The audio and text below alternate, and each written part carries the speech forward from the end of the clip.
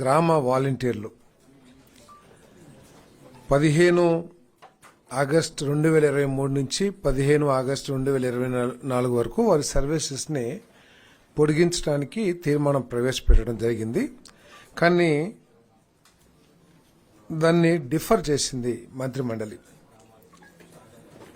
ఎందుకంటే ముఖ్యంగా కారణం ఏంటంటే ఈ వాలంటీర్ వ్యవస్థని, సచివాలయ వ్యవస్థని, గవర్నమెంట్ డిపార్ట్మెంట్స్ని ఇంటిగ్రేట్ చేస్తూ ఒక సమగ్రమైన రిపోర్టు ఇవ్వమని చెప్పేసి మంత్రిమండలి చెప్పడం జరిగింది, ముఖ్యమంత్రి గారు ఆదేశించడం జరిగింది.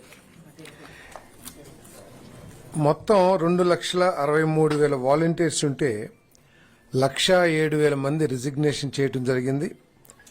ప్రస్తుతం 1,10,000 సుమారు ఉన్నారు.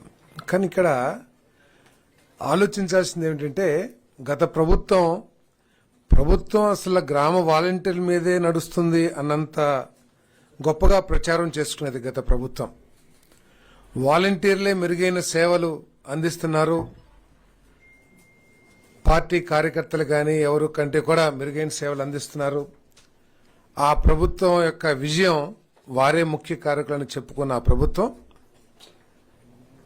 15 ఆగస్టు 2023 తర్వాత వారి సర్వీసెస్ని పొడిగించుకోకుండా ఎందుకు మోసం చేసిందో కూడా అర్థం కాని పరిస్థితి. వారి సర్వీస్లో ఉన్నారో లేదో కూడా అర్థం కాని పరిస్థితి.